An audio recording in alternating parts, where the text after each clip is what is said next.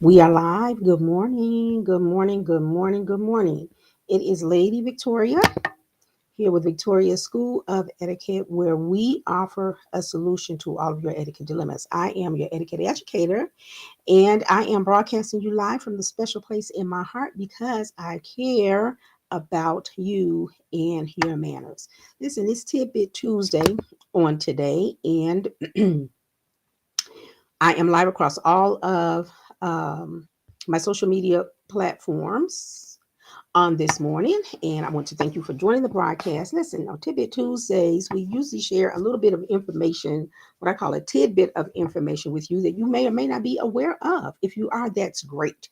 If it's some information that you aren't aware of, then hopefully you are getting an education on this morning and you can share it with others that you want to be as informed as you are. So, this morning's topic is, what is your morning poison? What is your morning poison? If you already arrived at work, or you still en route at work, or if you're at home sitting around your kitchen table or in your business office, what do you have sitting next to you as your beverage of choice? Good morning. Thank you for joining our broadcast this morning.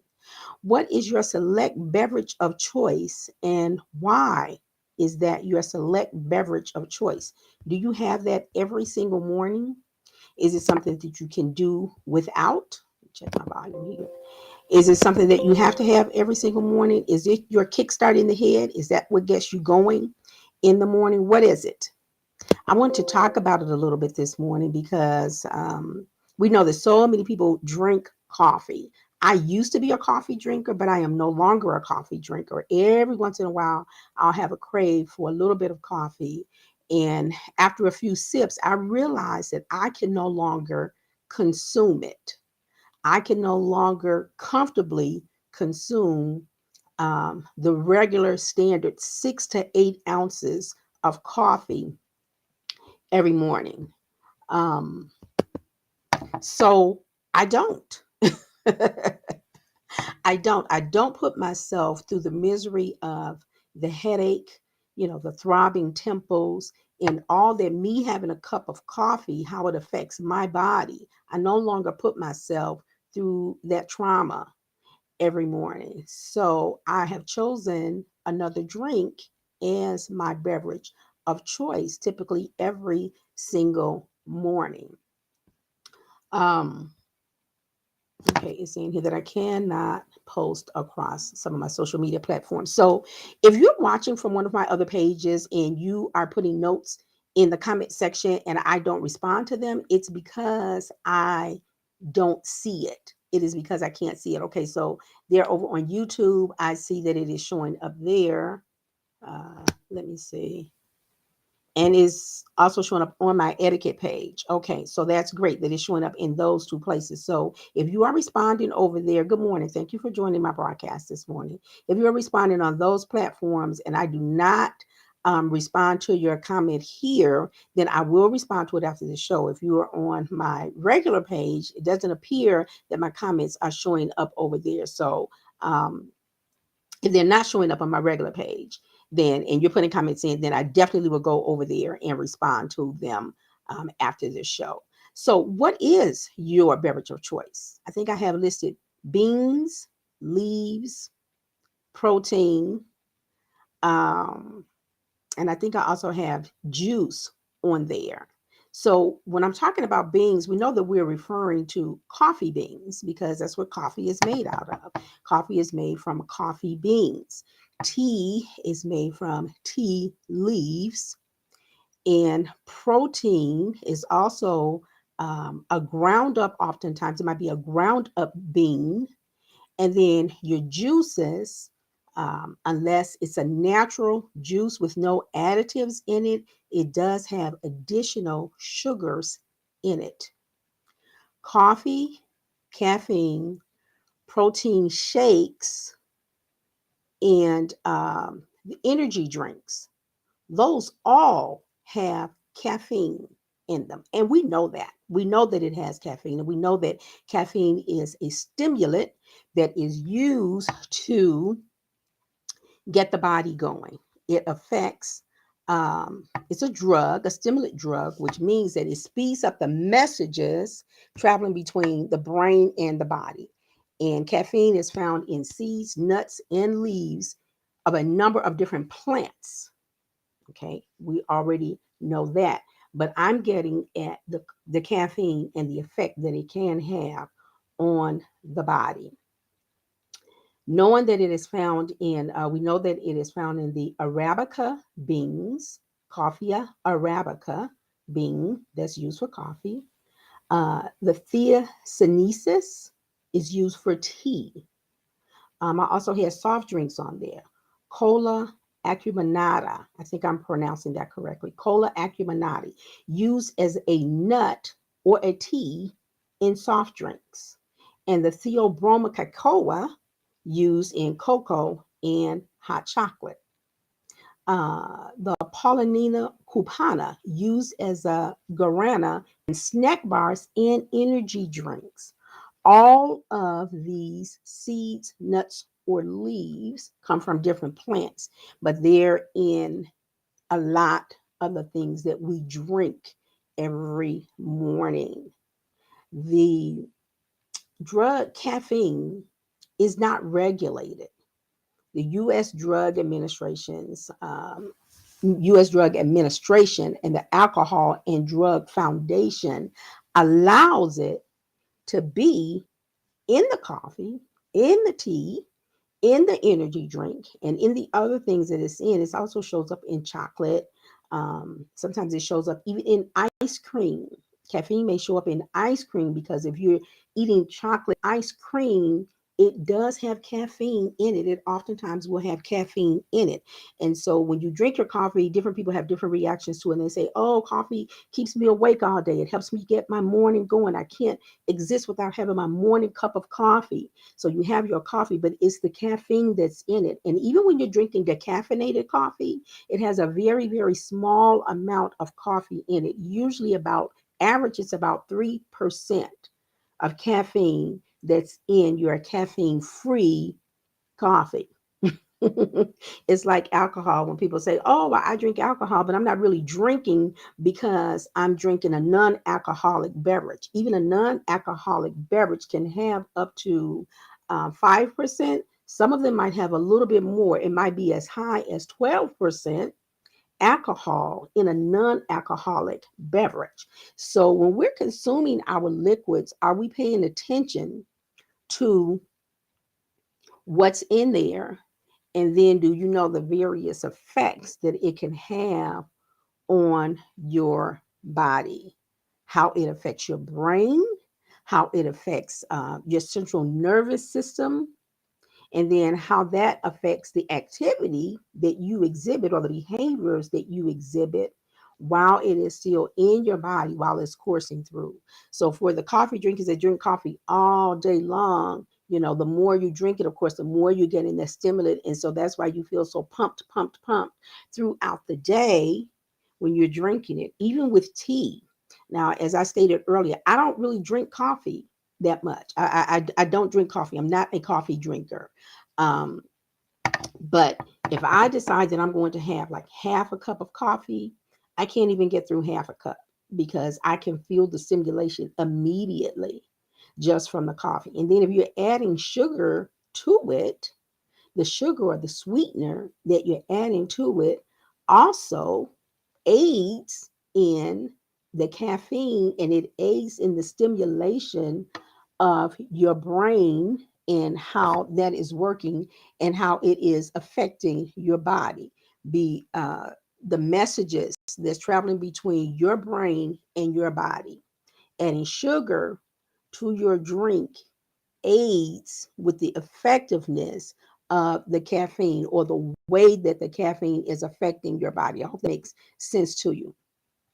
So, whew, the amount of caffeine in products can vary dramatically, so it's always best to check the label. Read the label, read the label, read the label. And I know that makes it hard when you're going grocery shopping and you think that you're going to be in the store for 45 minutes and you end up being in there for 2 hours because you're stopping to read the labels on everything. what is this? And then when you run across something that you're unfamiliar with, as I will do, if I run across a term or an ingredient that I'm unfamiliar with, then I'll look it up right there because I want to know what I'm bringing home. And more importantly, I want to know what I'm putting in my body. What am I ingesting and how is it going to affect my body? What is it going to do to me? Because I don't like that feeling of being all fuzzy in the head and feeling like I'm just, I'm a little bit on the high side. I don't like that feeling. It makes me very uncomfortable. And then the headaches that I get behind it, and some of you get the headache behind drinking your coffee. Or if you stop drinking coffee, you may get the caffeine headache because your body is accustomed to it. Your system is accustomed to it. And so when you don't feed that need, then the body is like craving it, and the body won't be still until you feed it, unless you decide that you're going to starve it, or unless you decide that you're going to pull away from whatever it is, the coffee, the tea, eating chocolate. You're going to pull away from it. And so you're going to begin to have withdrawal symptoms. And it might be difficult. It might be more difficult for some people than it is for others, but it's your poison. It's your poison. Wait, let me grab my other notebook because I wanted to share some other information. Why did I call it poison? I'm just referring to it in that sense as being a poison. The Urban Dictionary, I looked it up in that sense because we know that drinking coffee won't kill you. It doesn't have enough caffeine in it for it to kill you, but it does have enough caffeine in it to affect the body in a certain way. And now I don't have my notes. Well, I should say I can't find uh, my notes. Talking about the some of the effects that the caffeine will have. Oh, here it is. Okay, yes. So I'm referring to it as a poison. The Urban Dictionary describes or gives a definition of poison as a query as to one's preference, specifically in regards to consumable goods such as an alcoholic beverage, drugs, or drinks. So that's why I say, what is your morning poison? Whether it's coffee, whether it's tea, somebody says, if you walk into, if you're one of those persons that goes to bars, or even if you go to a restaurant, they may say, what's your poison? So that's what I mean. I'm using that term loosely, and I got the dictionary from our Urban Dictionary. Um, so it's in everything. It's in coffee, as I said, teas. It's even in the protein powder. It might be in there as well. And then your carbonation. Your carbonation is going to be your soda, your drink. Your caffeine is in there too, and it's in other foods. Like I said, it might be in your ice cream. It's definitely in chocolate. I was munching on some M&Ms, some peanut M&Ms last night after dinner yesterday evening, and just after a handful, I could immediately tell the difference in my body. The caffeine that's in the chocolate, it's just chocolate peanut M&Ms. But the caffeine that's in there is enough to cause a change because, again, it is a stimulant to the brain and it sends messages to your body. Let me go back to the sugar. If you are adding sweetener, if you are adding something, these, the blue, the pink, and the yellow packets, my body cannot consume those. When they first came out, and I tried it as an alternative. And I remember that in a business meeting, but it was out in public. We were at a restaurant having a business meeting, and I, put it in my little teacup and stirred it up and put my little cream in there, and I drank it. And I'm telling you, after a few sips, my body reacted. I think it was the pink packet. I think no, it was the yellow one. It was the yellow one. My body cannot absorb that. It's not real sugar. They say it's a sugar substitute, but it's worse, in my opinion, it's worse than the regular sugar that you are using in your drink or in your food. I can't. I get the trembles like this. I get the swimming headache, and my eyes are blurred. My vision is blurry. So we have to be aware of what we're doing and what we put in our body and the effect that it does have on our body. So I'm going to go back to the caffeine. The average amounts of caffeine content, and they're doing milligrams per milliliter. So if you're having a cup of espresso from Starbucks, it has 145 milligrams of caffeine per every 50 millimeters. So per every average cup of coffee of espresso, it has 145 milligrams of caffeine in it. If you are drinking a caffeinated beverage or an energy drink, it has 80 milligrams of caffeine per 250 milliliters. Okay. Instant coffee, 1 teaspoon per cup. If you have instant coffee and you use 1 teaspoon of coffee per cup, you're getting, again, 80 milligrams of caffeine per 250 milliliters. Black tea, 50 milligrams of caffeine per every 220 milliliters. Cola drinks, the dark drinks, cola drinks, 36.4 milligrams of caffeine per 375 milliliters. So for every can, okay, that's how much caffeine you're getting. And then milk chocolate, 10 milligrams of caffeine per every 50 milligrams. A bar of candy that's 50 milligrams, you're getting 10 milligrams of caffeine. Now, the amount of caffeine and the strength of it would differ depending upon the type of bean that it is. So you do have to be aware of that as well. Now, this information I'm taking from the food standards of Australia in New Zealand. This was some of the most current information that I pulled up, and it was very detailed. So that's why I chose this particular site. The effects of caffeine, they are saying that there is no safe level of drug use. Caffeine is a drug. Use of any drug always carries some risk, so it's important to be careful when taking any type of drug. Caffeine affects everyone differently based on your size, weight, and health. So, me, at my weight, okay, I am, I belong to the Short People's Ministry, as I tell you all the time. I belong to the Short People's Ministry. So my height, my weight, and I'm in pretty good health. I am in pretty good health. So it might affect someone that's twice my size differently, someone that's taller than me, right? And maybe their health is compromised to a degree. It will affect that person differently.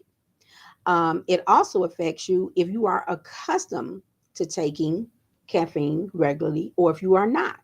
That's why me, when I stopped drinking coffee, probably, I think about 8 years ago, I stopped drinking coffee regularly. And when I drink coffee, I drink 1 to 1.5 cups of coffee a day. I couldn't drink more than that. I like coffee. I like the way it tastes. I love the way it smells. It smells so refreshing. It's just so crisp and I don't like my coffee very, very strong. Some people like their coffee really, really strong. I can't drink coffee that strong. When I was in Europe a long time ago, when I was in Europe over 25 years ago, um, we went to different parts of Europe, and the coffee there, for me, was not consumable. It was so strong, especially in France and in Italy. The coffee was so strong. Me, it looked like mud and it tasted like mud. It was so thick, but that's how they like it there. That's how they like it. And some people like the, strong, dark roast coffees. So those coffees, the kind of bean that it is and the kind of roast that it is, and then how it is prepared. Once the coffee bean is picked, is processed, is also going to make a difference in how your coffee tastes. Is going to make a difference in how your coffee tastes. The amount of caffeine average will be the same, but the strength of it and the taste of it may be different based on the type of bean, coffee bean, and then how the coffee bean was processed, how it was processed. So that's going to make a difference as well. It will affect you whether or not you use other drugs. So if you have medicine that you have to take every single morning and you take it with your coffee, depending upon what that drug is, again, it's all drugs. But if you are taking, like a amphetamine, uh, if you are having your cup of coffee and you are smoking a cigarette, you're adding to how the caffeine is going to affect your body and how it's going to stimulate your brain. So all of those things need to be taken into consideration. Caffeine is a drug, it is a stimulant. And if you are taking another drug, then your stimulation is going to be heightened because you're blending the two together. Whether it's natural, whether it is a synthetic, whatever type it is, whatever type of stimulant that you're using, amphetamines, betel nut, cocaine, ice, cat, spelled KHAT, nicotine, and synthetic cannabinoids. If you are taking those, any of those, with your coffee, expect your stimulation to be higher and probably expect for it to last longer. If the effect on your body is negative, then that will also probably be a bit prolonged because of what you're taking, what you're adding to it. And again, also what else you're putting in your coffee. If you're adding a sugary syrup like hazelnut or French vanilla, if you're getting, 2 shots of that, all of those things make your caffeine experience different. Okay. The following effects may be experienced within 30 minutes after consuming caffeine and may continue for up to 6 hours. 6 hours. So if you're a person that drinks coffee all day long, or if you drink tea all day long, because I'm a tea drinker, here's my cup of tea right here. This is my cup of tea. And what do I have this morning? I have organic mint blend. That's what I'm drinking this morning. But the first thing that I drink every single morning is this, a bottle of water. I drink a bottle of water, and I call this my overnight bottle of water because at night, I open the bottle and I put just a little bit of pink salt in it, shake it up and blend it, let it sit overnight, and then I drink that down first thing in the morning so that it helps to release the toxins in your body. That's just a tidbit information. It is Tidbit Tuesday, right? So I'm just sharing that. That's what I do. And it helps to eliminate, again, the toxins in your body. The more water you drink, of course, the more that you're going to have to go to the restroom. So in the morning, I'm usually going pretty regularly because I make sure I drink that full bottle down. Now, this is my second bottle. I did my morning bottle already, and this is my second one. So I drink water throughout the day, but I'll get back to water at the end. But I want to get back to this coffee, the tea, the energy drinks, and soda that you're drinking. I don't drink soda anymore. I do not drink soda. It was just one day I just said, I'm done. I'm just done with it. And so I didn't drink it anymore. So these effects, 30 minutes to up to 6 hours. Some of the effects are you can feel more alert and active because, again, it has stimulated your brain, or you can feel restless, excitability, and dizziness, anxiety and irritability, dehydration and needing to urinate more often, a higher body temperature, faster breathing and heart rate, headache and lack of concentration, and stomach pains. When I was an active coffee drinker, this is 9 effects that it can have on your body, and I had at least 5. I did not feel more alert and active. I felt restless, excitability, and dizziness. I felt sometimes anxiety and a little bit irritable. Dehydration. I felt dehydrated a lot. I definitely had the faster breathing and the heart rate. I could feel my heart just like pumping, boom, boom, boom, boom, boom, boom. It was going really, really fast. And I had the constant headache. This was after consuming half a cup of coffee. And then when I went to decaffeinated coffee, I could get through a whole cup of coffee. I still had the symptoms though. Because remember, I said earlier, decaffeinated coffee still has caffeine in it. It is just at a lower rate. And then you adding sugar to it. I added natural sugar to mine, but I still had those symptoms. It's just that they were a bit more low key. They weren't as heightened when I was drinking regular coffee, full strength. Children and young people who consume energy drinks containing caffeine may also suffer from sleep problems and anxiety. So if you're one of those people that you take an energy drink to boost you up in the middle of the day and you're feeling sluggish and you're like, oh, I don't want any coffee, but I'm just going to go and get an energy drink, you're not escaping the caffeine. And actually, the energy drinks often have more caffeine in them than the average amount of coffee, which I said was 145. No, I'm sorry, that's what it's out. But the caffeinated beverage or energy drink contains 80 milligrams per cup. Okay. So you're still getting it. You're just not getting as much. Cola, if you're drinking soda, 36.4 milligrams of caffeine per can. So just think about how much you're ingesting. Did you know that you can actually overdose on caffeine? It would have to be a large amount, but you can overdose. If a large amount of caffeine is consumed, it can also cause an overdose. Good morning, you all. Thank you so much for joining the broadcast. Um, they are suggesting that you call an ambulance right away well, this is in their country, in Australia, by dialing 000.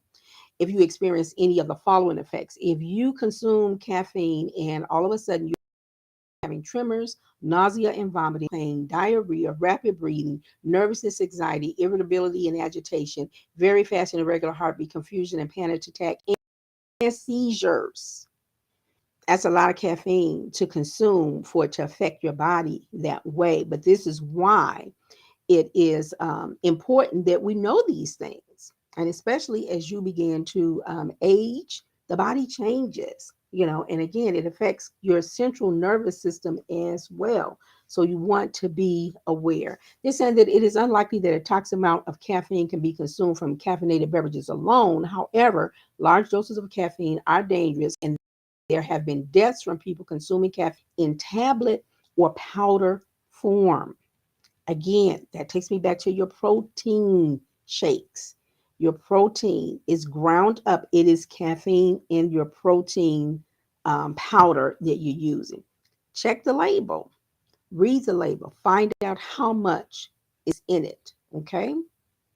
Regular heavy use of caffeine, such as more than 4 cups of coffee a day, may eventually cause a lot of the same symptoms that I stated before: anxiety, difficulty sleeping, ulcers, osteoporosis in postmenopausal women, irritability and headaches, dizziness and ringing in the ears, muscle tremors, weakness and fatigue, rapid heart rate and quickened breathing rate, poor appetite, nausea, vomiting, and diarrhea again, increased thirst, frequent urination, or increased urine volume, irregular heart rate or rhythm, low blood pressure with faintness or falls, seizure, confusion, or delirium. That's a lot from this little brown or black bean that so much of the world loves. I'm not telling you to stop drinking your coffee. That is totally and completely your choice and your decision. I just want to offer this as an educational information session. That's why I refer to myself as an etiquette educator. And I talk all the time that etiquette appears in every area of our life. So consider this like a health and wellness broadcast on Tidbit Tuesday this morning. But it just got me thinking. This title came about because I was having a conversation with someone some weeks ago, several weeks ago, and they kind of made the comment, coffee is like poison. You love it, it's bad for you, but you're going to drink it anyway. So we do that with a lot of the things that we consume. We do that in a lot of our behaviors. We know that it's bad for us, but we consume a little bit of it anyway. And like I said, the FDA approves caffeine in so many products, and it is unregulated across the entire world. The government agency does not regulate or even mandate that caffeine not be used.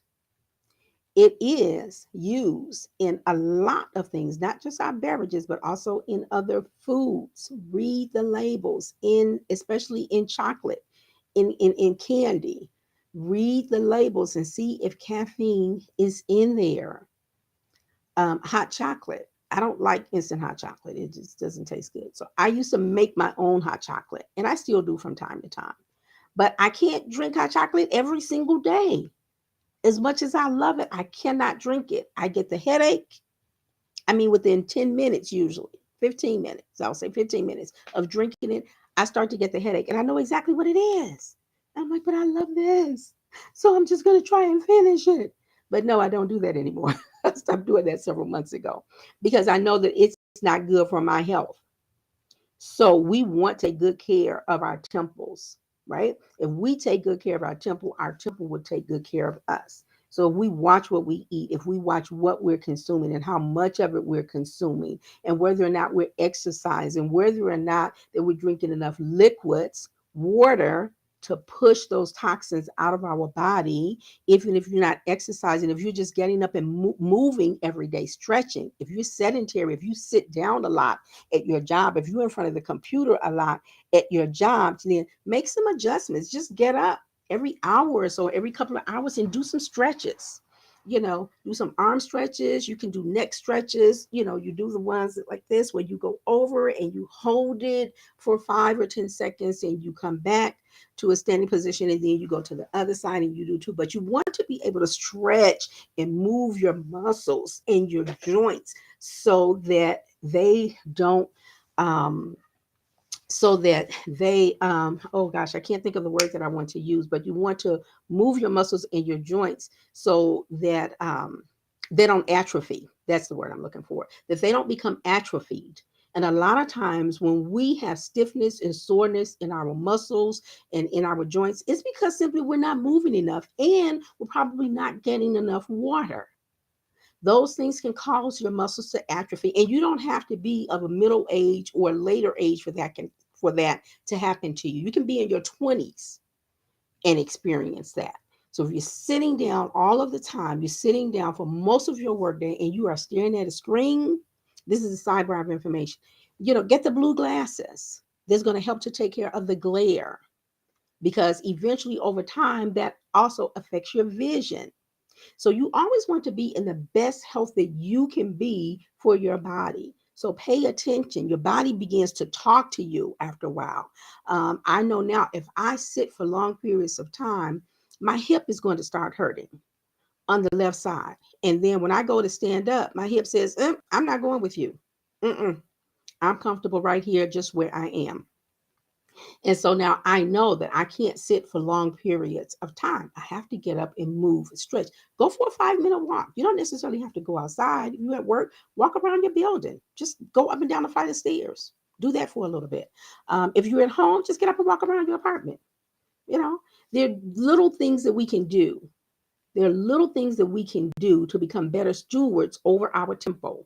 And it's going to be up to you to do it. Good morning. Thank you for joining the broadcast this morning. It's going to be up to you to take care of you. No one's going to take care of you better than you're going to take care of yourself.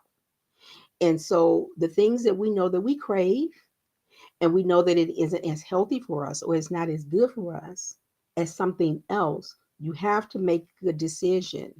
You want to add longevity to your life? Are you minding the manners of your own tempo? Are you minding the manners of your own tempo? The body will tell us what we need to do or not do. But are we paying attention? Are we responding in the right manner when the body says, hey, I don't like this? Or, this doesn't make me feel well. Eating certain foods, you know, our taste buds change over time. Our taste buds change as we get older, as we maturate. Okay. Pay attention. The body will tell you, but if we listen, we can circumvent certain things from happening. So if you're having the headache, or you say, oh, I drink it every day now, I'm used to it. Um, that doesn't necessarily mean that you should continue it, because then you're putting your health at risk. You're putting your physical health at risk. When your physical health becomes compromised, guess what else becomes compromised? Your emotional health and your well-being. Because when your body is out of sync, excuse me, when our bodies are out of sync with our mind, the body and the mind communicate to each other. The body mind is trying to say, hey, there needs to be some adjustments here. Some things need to change here. The body is telling the mind that. But then you're listening to the other part of the body that's consistently craving what you've become accustomed to, even though it might be unhealthy for you.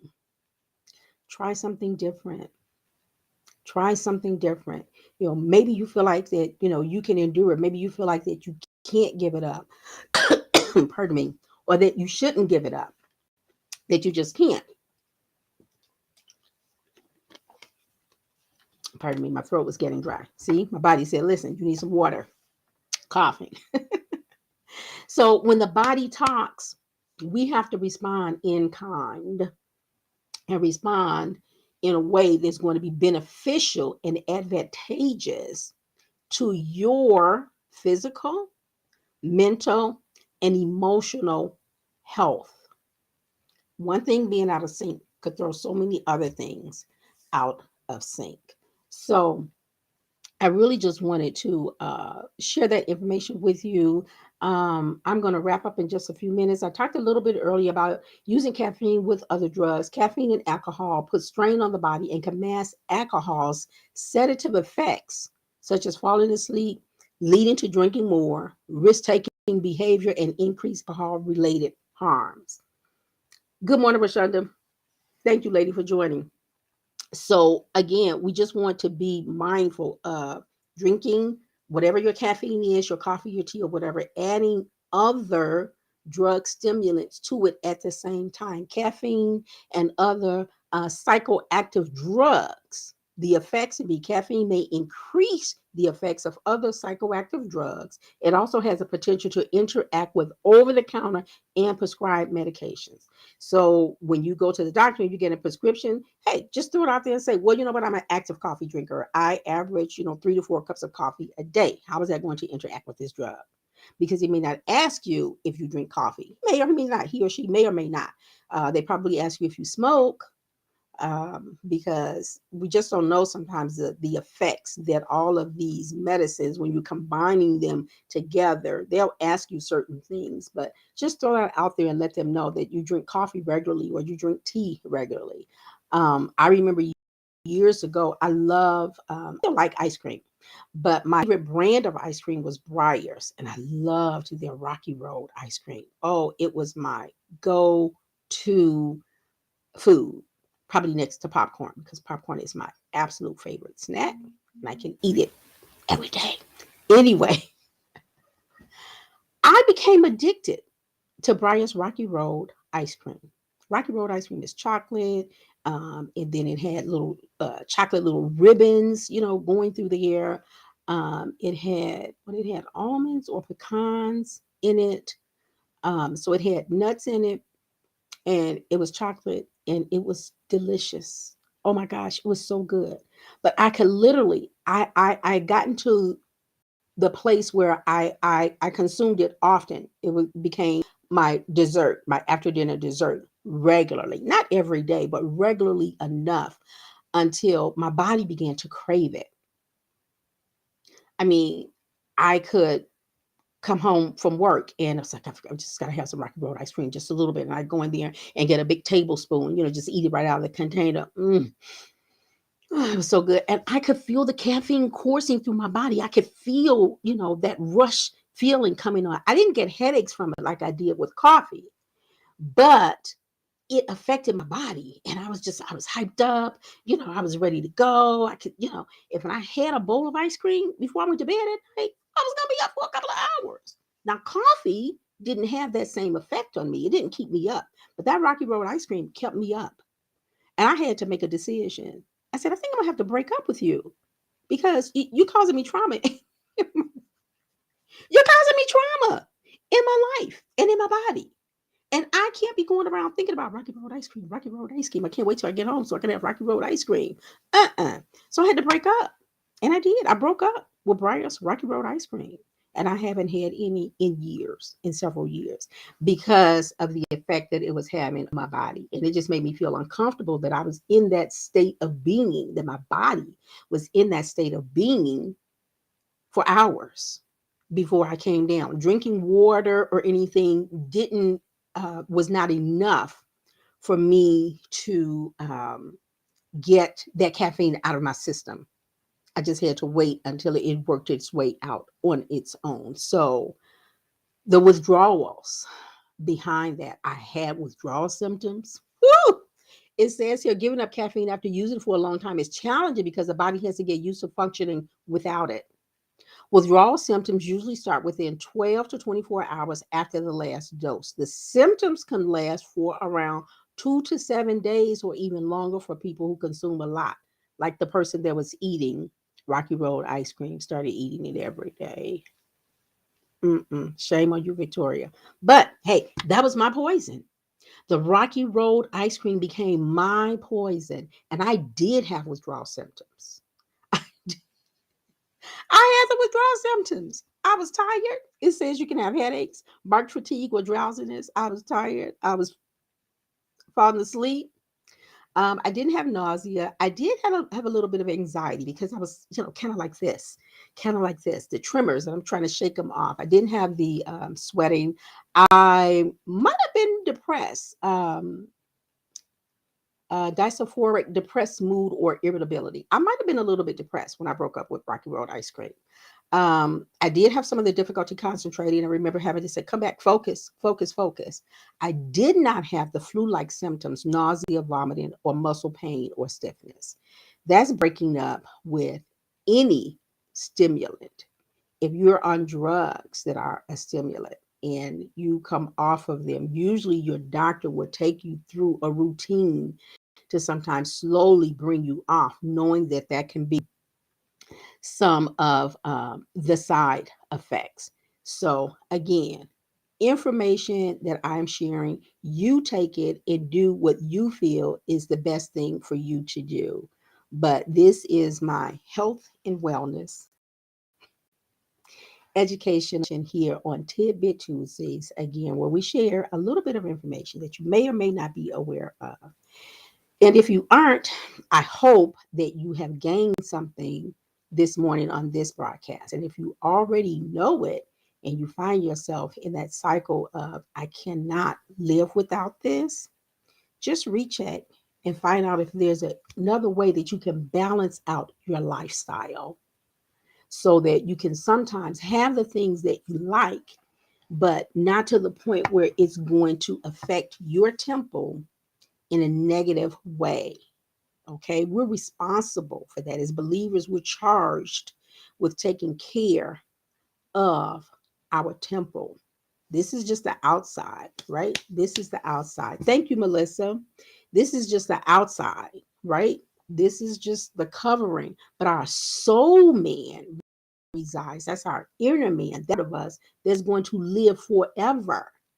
Okay, but you can't live forever if you don't handle the responsibility of taking care of your temple, because it may seem like a small thing, but my old pastor used to say holiness is tight, but it's right. You don't know what you're going to be charged with. Let me rephrase that. You are going to be charged with everything that the Bible tells us to do or not to do. So be mindful of how you care for this temple. Be mindful of what you put in it, because what you put in it is coming out one way or the other.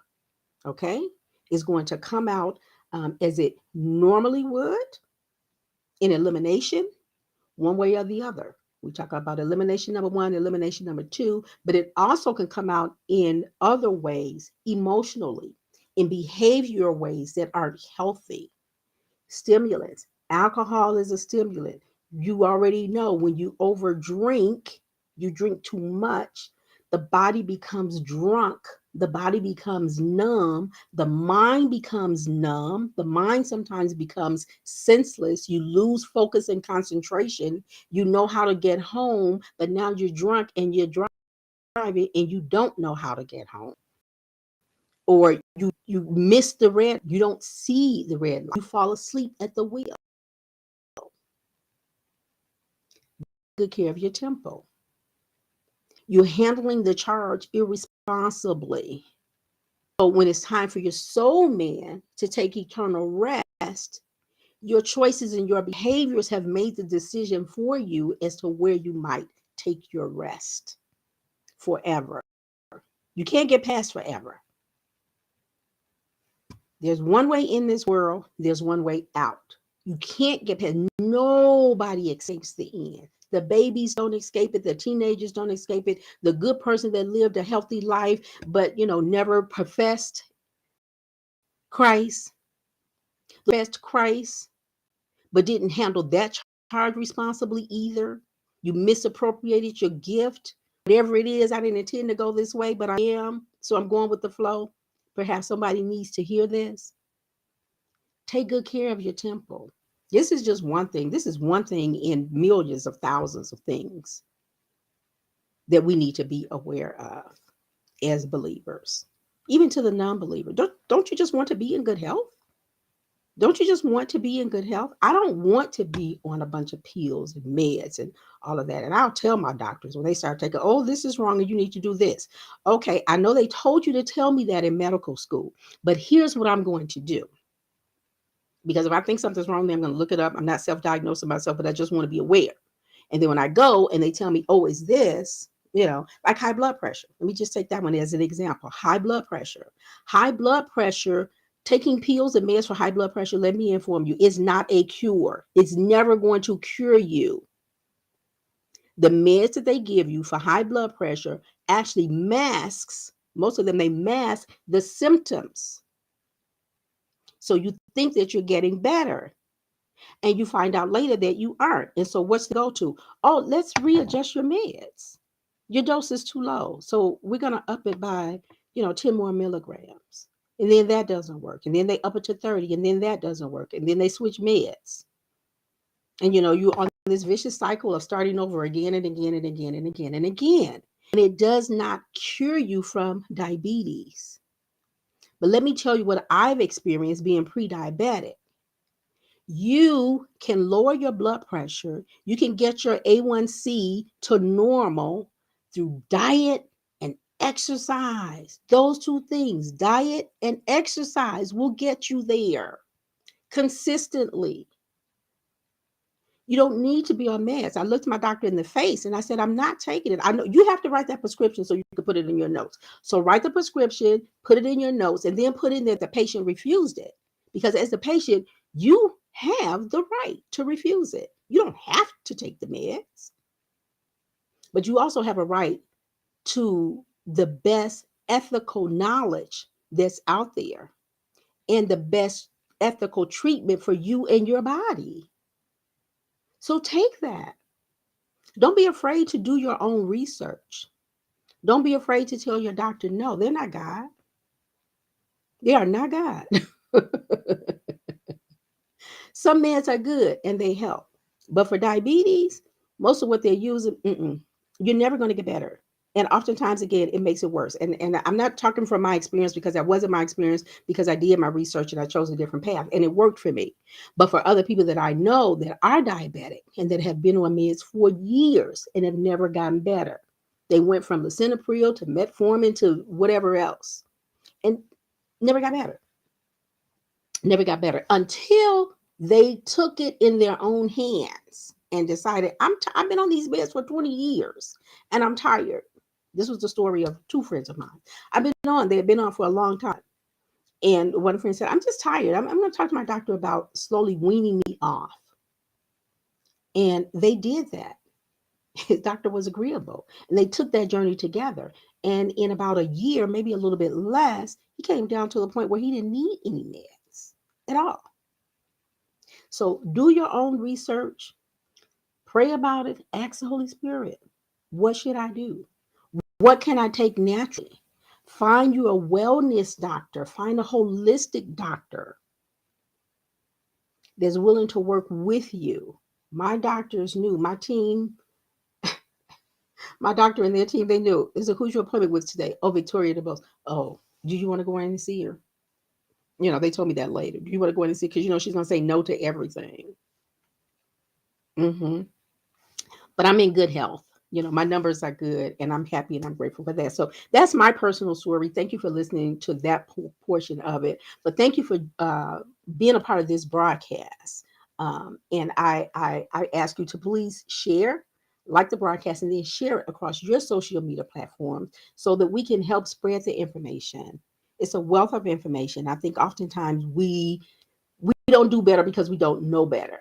But if you tell a friend and they tell a friend and they tell a friend and they tell a friend and they tell a friend, remember that commercial from years ago about, I don't know, some hair shampoo, that they were talking about, and she told one person and they told someone and they told someone. And every time they told someone, a different face would pop up on the screen until the whole screen was populated with everyone that they told.